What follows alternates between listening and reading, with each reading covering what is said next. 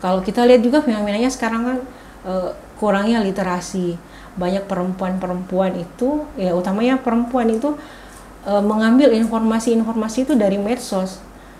Gaya hidup mereka juga itu lebih banyak juga dicontohkan di medsos.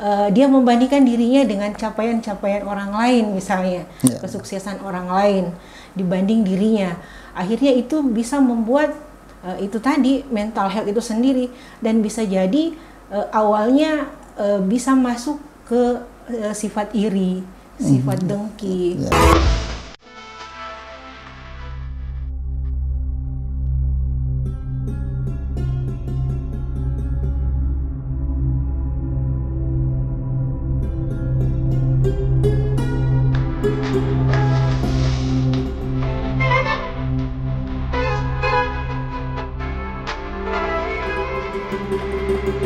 Assalamualaikum warahmatullahi wabarakatuh. Alhamdulillah, apa kabar pemirsa Mata Hati? Jumpa lagi kembali bersama saya EZ Mutakin Yunus.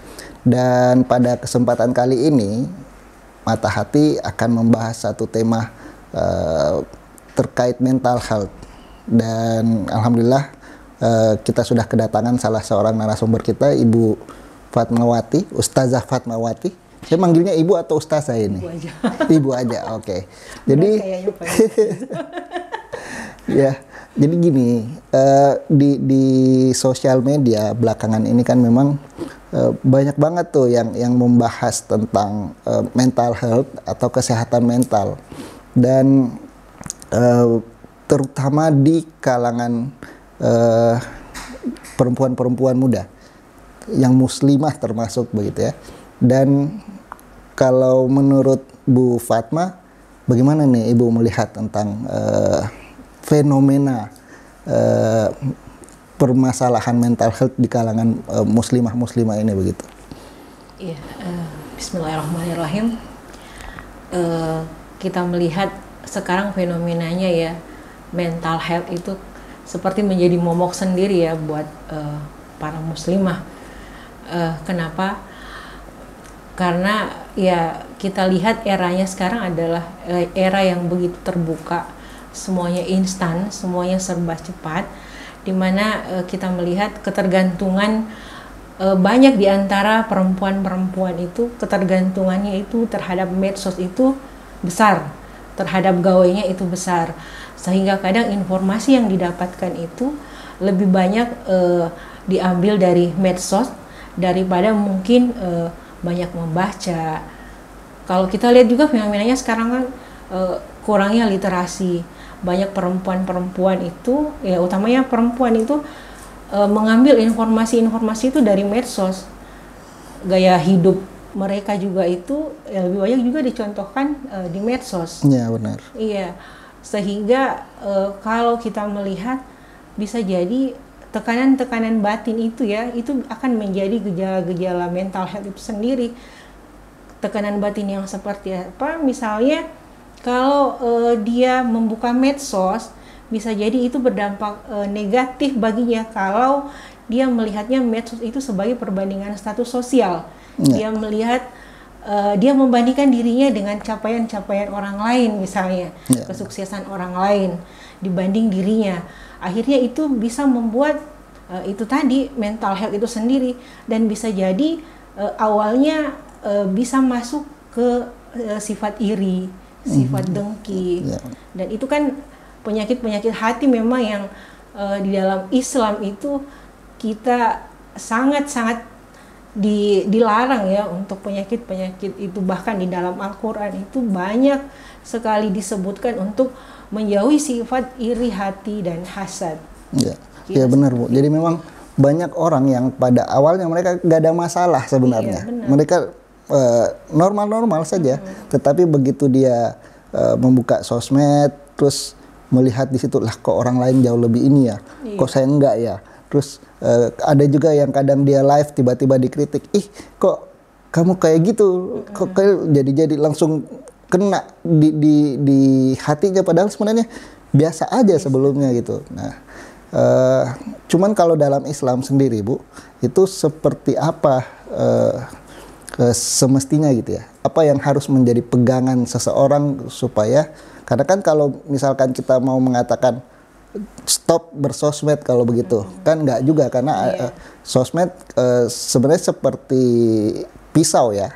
Benar. Kadang kalau kita menggunakan dengan baik, kita akan memanfaatkannya dengan benar, tapi kalau salah dalam hal penggunaannya juga itu yang akan bermasalah. Kalau dalam Islam sendiri bagaimana? Karena kan Islam way of life ini, Bu. Iya. Petunjuk buat kita semua gitu. Bagaimana sih biasa mestinya? Jadi pertama yang harus dilakukan sebenarnya, kita sebagai manusia pada umumnya dan pada khususnya perempuan, kita itu harus tahu tujuan hidup kita ini apa sih sebenarnya. Kita hidup ini buat apa? Karena jangan sampai patron, maksudnya pola pikir kita itu dipengaruhi oleh ya sifat-sifat materialistik, hedonis. Padahal tujuan hidup kita kan bukan itu. Di dalam surah Az-Zariyat saja itu kan ayat 58 disebutkan, jadi wa ma khalaqtul insa wal jin illa liya'budun. Jadi tidaklah aku menciptakan manusia dan jin itu hanya untuk menyembah. Jadi patron itu dulu yang harus kita pahami, bahwa memang kita hidup ini semata-mata hanya untuk menyembah Allah. Jadi apapun yang kita lakukan, aktivitas kita sehari-hari, mulai dari kita bangun tidur sampai tidur kembali, itu tujuannya untuk mencapai ridho Allah sebenarnya. Jadi kalau semata-mata hanya untuk dilihat orang, hanya itu kan sudah termasuk ria juga ya, Pak. Nah itu juga ria kan dilarang itu. Dan kalau sudah seperti itu tuh akan capek sendiri sebenarnya. Kalau semua perbuatan kita itu harus dilihat orang, harus dikomentari baik oleh orang, harus dikomentari positif oleh orang, kita akan capek sendiri. Nah makanya mungkin kita harus membenarkan dulu apa sih tujuan hidup kita ini. Jangan sampai itu tadi kita terjebak pada tujuan hidup yang tidak benar. Jadi memang kata kuncinya harus memahami dulu ya apa tujuan dari ketika kita mau bersosmed, kita paham bahwa kita bersosmednya seperti apa. Karena memang juga banyak begini juga, Bu. Kalau saya pernah baca nih, ada 4 cara setan untuk menyesatkan manusia, dan ini berulang. Yang pertama, kita akan dibuat overthinking, padahal sebenarnya kan jauh lebih bagus istighfar. Kalau kita istighfar dapat pahala, Allah akan membuka jalan solusi. Kalau overthinking nggak ada solusi yang akan ditemukan, hanya menambah masalah aja terus. Yang kedua, setan juga akan membuat kita merasa serba kekurangan. Terus yang ketiga, setan juga membuat kita akan menjadi sombong, terus merasa lebih baik daripada orang lain. Dan yang keempat saya lupa. Cuman apa yang dilakukan oleh setan ini berulang-ulang terus begitu. Nah, pastinya kita juga akan memahami ya bagaimana tipu daya setan, termasuk di dalam hal sosial media. Bagaimana, Bu, kalau seperti itu? Iya, jadi betul sekali ya. Jadi setan itu musuh yang nyata dan tipu dayanya itu banyak sekali. Jadi kalau orangnya mungkin bisa mengatasi overthinkingnya, dia bisa masuk di arah yang lain. Jadi dia melihat itu di mana sih kelemahan ini orang, dia akan masuk di situ. Kelemahannya misalnya, orang ini senang dipuji, maka dia akan masuk di situ. Bisa jadi dia akan berbangga dengan kelebihan-kelebihan yang dia punya. Jadi itu tadi, memang setan itu adalah musuh yang nyata dan tipu dayanya luar biasa. Dia akan melihat segala sisi kita di mana dia bisa masuk. Seperti itu. Tapi kalau kembali ke permasalahan kesehatan mental, Bu, biasanya apa sih yang membuat seseorang itu terpicu untuk mengalami tadi? Apakah dia iri, apakah dia overthinking, apakah dia merasa sakit hati atau gimana gitu? Biasanya apa yang akan menjadi faktor pemicunya itu, Bu? Jadi ini ya, kita bahas dulu kalau menurut ahli psikologi itu katanya aspek kesehatan mental itu ada 4 ya. Yang pertama itu harus mengenali dirinya dulu. Kemudian yang kedua itu dia harus mampu mengelola stresnya. bisa mengelola stresnya kapan saja stres terjadi, dia mampu meredamnya. Kemudian yang ketiga itu dia berproduktivitas. Nah, yang keempat itu dia beradaptasi dengan masyarakatnya, bermanfaatlah dengan masyarakatnya. Nah, bisa jadi kesehatan mental itu ketika 4 aspek ini yang tidak terpenuhi. Misalnya, dia tidak mengenali dirinya, dia melihat pencapaian orang ini, misalnya orang ini sudah profesor ya, misalnya teman seangkatannya misalnya ya, teman seangkatannya, temanku sudah profesor, saya belum ya. Bagaimana mau profesor kan tidak pernah sekolah, karena memang ya jalannya itu tidak di situ. Bisa jadi orang ini memang jalannya di dunia lain, misalnya di dunia bisnis, temannya mungkin di dunia pendidikan. Jadi kalau itu yang diasah, bisa jadi dia jauh lebih hebat dari temannya. Seperti itu. Kalau seperti juga misalnya apakah mampu mengelola stres atau tidak. Kalau misalnya ya dia tidak mampu mampu mengelola stresnya dengan baik, bisa jadi ketika ada tekanan sedikit saja, benturan sedikit saja bisa langsung drop, jatuh, stresnya minta ampun. Padahal bisa jadi itu bisa dicarikan solusinya, macam-macam bisa dicarikan solusinya. Apakah solusinya itu bisa dengan bertemu dengan temannya yang lain, membicarakan masalah-masalahnya, atau komunikasi yang bagus dengan pasangannya, anak atau orang tuanya, seperti itu. Atau misalnya tekanan-tekanan itu, misalnya ada temannya yang produktivitasnya bagus, tapi dia lebih senangnya mager, mungkin bahasa sekarangnya mager. Tapi dia melihat justru di saat temannya yang berhasil, temanku sudah berhasil. Padahal sebenarnya dia tidak melihat bahwa temannya sudah berdarah sebelumnya. Ada prosesnya, Bu, ada prosesnya yang dia lalui. Dia hanya melihat pada saat hasil akhir dari temannya, temanku sudah hebat, saya begini-begini saja. Bisa jadi itu juga. Iya, istilahnya sekarang ada standar TikTok katanya, Bu. Iya, jadi standar medsos ya. Iya, standar medsos. Jadi kalau kan ada tuh kayak misalkan ini lagi rame nih posting, saya lagi nyari cowok muslim tinggi 170 terus soft spoken. Itu kan menjadi buat yang laki-lakinya berat banget ini speknya gitu yang dicari sama perempuan zaman sekarang. Di satu sisi perempuan juga jadi kayak gini, ketika ketemu sama seorang yang rajin sholat terus ibadahnya bagus, itu kayak jadi aneh gitu. Padahal banyak kok cowok-cowok yang kayak gitu sebenarnya gitu. Itu kan menjadi ada sebuah standar baru yang terbentuk di sosial media yang seolah-olah tinggi, padahal sebenarnya hal-hal biasa aja. Cuman mungkin masalah pergaulan juga kali, Bu ya. Gimana, Bu? Juga pergaulannya. Kalau dalam konteks Islam mestinya sebagaimana nih? Apa nih yang harus dilakukan kalau dengan kondisi seperti itu? Nah, itu tadi kembali yang pertama dia harus paham ya tentang tujuan hidupnya apa. Yang kemudian yang kedua itu dia harus mengerti ketika dia menghadapi stres, menghadapi berbagai macam benturan-benturan itu, dia harus kembalikan kepada Allah. Harus kembali kepada Allah. Jadi istilahnya mungkin tawakal ya. Tawakal. Dia harus lebih intens.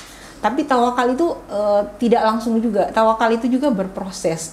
Tawakal itu level yang pertama yang harus dilalui sebelum tawakal sebenarnya itu adalah rukun iman yang pertama, iman kepada Allah. Karena kan orang tidak bisa tiba-tiba bertawakal begitu tanpa mengimani Allah. Jadi yang pertama dia harus mengimani Allah dulu.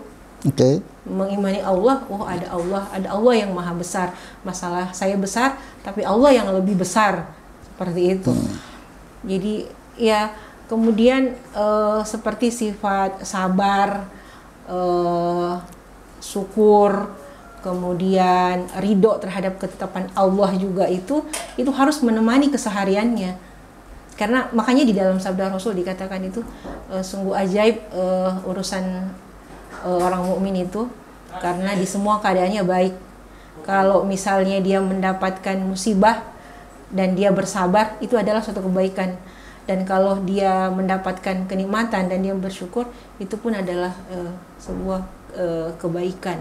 Jadi apa yang ditetapkan Allah pada kita itu skenario Allah yang ditetapkan kepada kita sebagai manusia itu sebenarnya semuanya baik kalau kita mau mengambil hikmahnya. Cuman bagaimana caranya ini Bu? Kadang ada yang ngomong gini, kalau sabar sih emang enak kalau kita ngomong, kalau bukan kita yang menjalani. Tapi begitu kita yang mendapatkan problema yang seperti itu, kok jadi berat. Cuma jangan jadi jawab dulu Bu, nanti setelah yang mau lewat berikut ini tetap di Mata Hati. Pondok Pesantren Badur Tamam didirikan pada tanggal 3 Agustus 2020 oleh Ustadz Muhammad Taslim Tamang SST dan Ustadz Haji Ahmad Nuh Tamang LC MHI. Pondok Pesantren Badur Tamam berada di Jalan Poros Bone Sinjai, Kelurahan Tanete, Kecamatan Cina, Kabupaten Bone, Sulawesi Selatan. Visi Hafiz Quran berprestasi entrepreneur. Pendidikan formal, madrasah sanawiyah dan madrasah aliyah berbasis pesantren. Pendidikan diniyah, program tahfizul Quran, pembelajaran kitab kuning, kajian fikih, akidah dan tasawuf. Keunggulan pembelajaran berbasis tahfizul Quran, pendidikan berorientasi prestasi, pembangunan karakter mandiri dan entrepreneur serta lingkungan Islami yang kondusif. Ya, kembali lagi di Mata Hati. Dan tadi pertanyaannya itu Bu, kalau ngomong sabar enak banget kalau kita sedang dalam kondisi tidak diuji. Tapi kalau begitu kita yang diuji kok aduh berat banget jadinya Bu. Itu gimana cara menumbuhkan rasa sabar, terus yakin bahwa apa yang kita sedang diuji ini akan berlalu, itu gimana sih? Iya, saya menceritakan dulu sebuah kisah ya. Dikisahkan di zaman Rasulullah itu ya, ada seorang perempuan yang ditinggal mati oleh anaknya dan dia menangis meraung-raung. Kemudian ada yang tepuk dari belakang, sabar. Apa yang dikatakan perempuan itu? Mungkin bahasa kita sekarang, kok enak itu, karena bukan kau yang bukan rasa. Kau yang alami gitu ya. Perempuan itu tidak tahu kalau yang nepuknya itu adalah Rasul. Jadi kemudian setelah diberitahukan oleh sahabat, tadi itu yang nepuk itu adalah Rasul, yang memberi nasihat itu adalah Rasul. Maka kembalilah perempuan itu kepada Rasul, wahai Rasulullah, saya mohon ampun karena saya tidak mengetahui bahwa yang memberi nasihat tadi itu adalah engkau. Jadi kemudian padahal ujian Rasulullah jauh lebih berat Bu. Ya. Ujiannya Rasulullah jauh lebih berat. Ujian Rasulullah lebih berat. Ya. Makanya dikenal di itu ya, Yaumul tahun bersedih ya. Pada saat itu hampir bersamaan paman dan istrinya meninggal. Terus kalau mau kita lihat juga kan anak-anak Rasulullah banyak yang meninggal di masa beliau masih hidup gitu. Ujiannya berat itu. Masa masih balita ya. Nah seperti itu. Kemudian apa kata Rasulullah? Rasulullah mengatakan sesungguhnya sabar itu pada pukulan pertama. Jadi kalau sudah kemungkinan kalau sudah berhari-hari ya mungkin itu bukan sabar lagi ya, karena memang luka itu akan disembuhkan oleh waktu. Waktu ya, time will heal gitu. Iya, luka akan disembuhkan oleh waktu. Tapi kemudian bagaimana sih caranya supaya kita bisa bersabar? Karena memang bersabar itu ngomongnya enak, gampang sabar, tapi melakukannya itu sungguh biasa. Ujiannya banyak. Justru juga pada saat kita mau bersabar itu tipu daya setan itu banyak alasan yang membuat akhirnya kita tidak bersabar seperti itu. Jadi yang harus kita lakukan itu jiwa ini, hati ini sebenarnya harus selalu terkoneksi dengan Allah, karena sabar itu ya bukan simsalabim sabar, tapi kalau hati kita sudah terkoneksi terus dengan Allah, itu insya Allah sifat sabar itu dengan sendirinya akan muncul. Cara terkoneksinya gimana Bu? Bagaimana sih ya itu tadi, kalau terkoneksi dengan Allah, bagaimana supaya kita terkoneksi dengan Allah? Ya itu tadi, Allah kan mengajarkan kita di dalam rukun Islam ada sholat, zakat, puasa. Nah kalau kita melakukan ibadah-ibadah mahda itu dengan betul-betul khusyuk, kita memahami bukan hanya sekedar menggugurkan kewajiban, insya Allah saya kira itu kita akan secara langsung akan terkoneksi dengan Allah. Jadi jangan bilang mau terkoneksi dengan Allah tapi giliran waktu sholat nggak sholat, puasa belentang-belentong gitu-gitu ya. Kan di dalam sholat juga kan, di dalam surah Al-Fatihah kan kita dengungkan tiap sholat itu dikatakan iyyaka na'budu wa iyyaka nasta'in, kepadamu lah kami menyembah dan kepadamu lah kami meminta pertolongan. Kita yakin bahwa Allah yang kita sembah ini, apapun yang kita mau minta, ada Allah. Allah tempat kita meminta, jangan mengharap pada yang lain. Jadi itu kan kalau dilakukan itu tiap hari dan kita betul-betul khusyuk melakukan, insya Allah dengan sendirinya sabar itu akan muncul sendiri. Dan perlu dipahami bahwa Allah maha baik. Benar. Allah selalu akan memberikan skenario yang terbaik buat hambanya. Kalau memang hambanya itu koneksinya bagus tadi dengan Allah. Dan skenario sebaik apapun skenario manusia, saya pikir tidak akan pernah mengalahkan skenario Allah gitu ya. Dan kalaupun ada ujian-ujian itu, biasanya ujian itu malah yang membentuk seseorang gitu Bu ya. Justru lebih kuat ketika menjadi lebih kuat ya. Dengan banyak ujian, orang yang kuat itu dengan orang yang tidak kuat itu beda. Ini dalam arti bertahan dengan ujian. Ya, itu tuh beda. Kalau misalnya orang yang tidak pernah ditempa dengan ujian, cepat dropnya ketika mendapatkan satu kali benturan. Tapi orang yang dengan berkali-kali ujian itu insya Allah dia akan cepat bangkit kembali. Dan ada juga katanya Bu, itulah bentuk cinta Allah ya. Iya. Kalau Allah cinta kepada hambanya, Allah akan memberikan ujian. Nah, sama mungkin seperti kita kalau kita mau naik kelas kan ya. Ketika dari SD mau naik menjadi siswa SMP kan ada ujiannya dulu, ujian dulu SD-nya, terus ujian masuk SMP-nya. Kalau kita berhasil, kita bakal naik kelas. Kalau gagal ya tinggal kelas gitu ya. Makanya memang harus bagaimana kita membentuk diri supaya bisa lulus dari ujian-ujiannya gitu ya. Nah, cuman ini juga Bu, saya ada pertanyaan lagi. Perempuan kan multi talenta kayaknya Bu ya.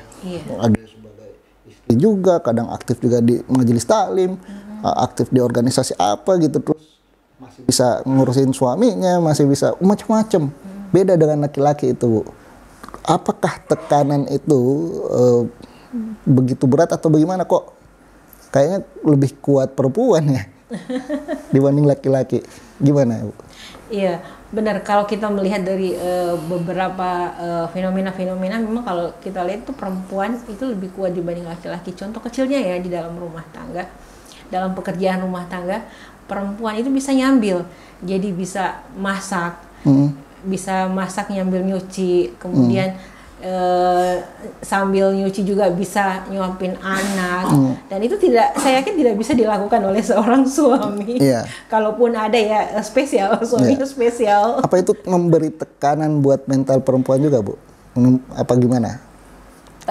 Bisa jadi iya, tapi kalau pekerjaannya itu dilakukan dengan enjoy, akhirnya ya mengalir seperti ya itu adalah sebuah pekerjaan rutinitas yang biasa dilakukan, akhirnya tidak menjadi sebuah beban baginya, dia menjalaninya ya enjoy aja karena sudah menjadi aktivitasnya. Karena memang saya pernah mendengar ya dari Dr. Aisyah Dahlan, beliau mengatakan itu bagian kepala perempuan itu, entah apa syaraf namanya, perempuan itu jauh lebih besar katanya dibandingkan laki-laki, karena perempuan itu mampu melakukan beberapa pekerjaan dalam satu waktu dibandingkan laki-laki. Seperti itu.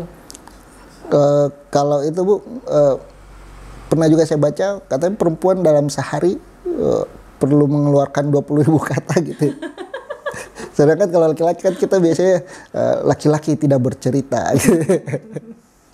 Diam aja gitu ngopi. Ini menarik ini. Bisa jadi iya, bisa jadi ya, bisa jadi tidak. Jadi pernah saya baca tulisan Ustadz Hozil Adim.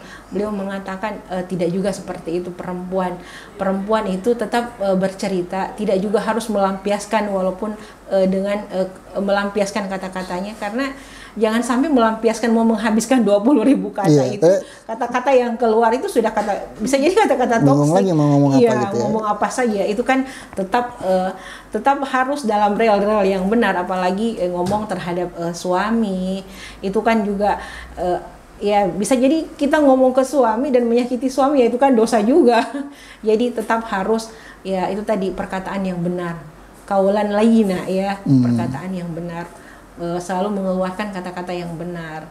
Jadi walaupun banyak, tapi kalau bermanfaat ya tidak masalah, justru jauh lebih bagus. Nah kalau perempuan itu sendiri dengan banyak aktivitas juga, karena saya pernah ketemu dengan ibu-ibu dengan seabrek aktivitas, saya tanya, ibu dengan aktivitasnya sebagai ibu PKK, kemudian ketua majelis taklim, kemudian ikut organisasi lain lagi, tidak membuat ibu bosan atau membuat ibu capek? Dibilang tidak. Justru dengan kegiatan ini healingku. Justru mengatakan bahwa itulah ketika bertemu dengan orang lain itu adalah bentuk ya healing ya. Jadi capeknya di rumah tangga bisa jadi pada saat keluar bertemu dengan orang-orang, bertemu dengan sama yang perempuan, bertemu dengan ibu-ibu majelis taklim, ya masalah-masalah dalam rumah tangga itu bisa berbagi juga pengalamannya, bisa berbagi, gitu ya. Bisa tidak selesai bisa sharing, akhirnya bisa menemukan solusi. Nah kalau misalkan Bu sudah terlanjur terkena tekanan mental tadi gitu ya, mentalnya sudah kalah duluan, itu gimana untuk bisa merecovery atau memperbaiki Bu kira? Iya, ini ya saya pernah baca katanya salah satu penyakit 4 terbesar di dunia itu adalah depresi. Ya, depresi. Dan saya kira itu kalau sudah terkena dengan penyakit itu, yang pertama memang kita harus menyadari diri, sadar diri, saya sudah terkena ini. Yang kedua memang harus mencari akses yang bisa akses perawatan ya, sehingga penyakitnya itu bisa sembuh. Kayak misalnya psikolog atau psikiater. Dan yang ketiga ya mungkin perlu teman bercerita yang kita tahu orangnya itu bisa memberikan solusi, supaya bisa jadi dia mengarahkan kemana, harus terapi ke ustadz atau apa. Jangan dipendam Bu ya. Jangan dipendam sendiri, karena bisa jadi kalau tidak teratasi itu akan kejadiannya berulang dan akhirnya bisa jauh lebih parah. Apalagi godaan-godaan setan akan terus mencoba masuk untuk tadi membuat orang overthinking, membuat orang merasa lebih baik daripada orang lain, atau membuat perasaan bersalah terus-menerus dalam dirinya gitu ya. Nah, apa nih pesan-pesan Ibu supaya para muslimah di luar sana yang menonton Mata Hati bisa menjaga dirinya, membentengi dirinya, dan tadi tawakal terhadap segala ujian yang diberikan oleh Allah Subhanahu wa taala kepada dirinya. Jadi tipsnya ini ya, ini juga utamanya buat saya juga ya, sebagai seorang perempuan dan ibu, supaya kita bisa sama-sama menjaga supaya mental kita bisa sehat selalu.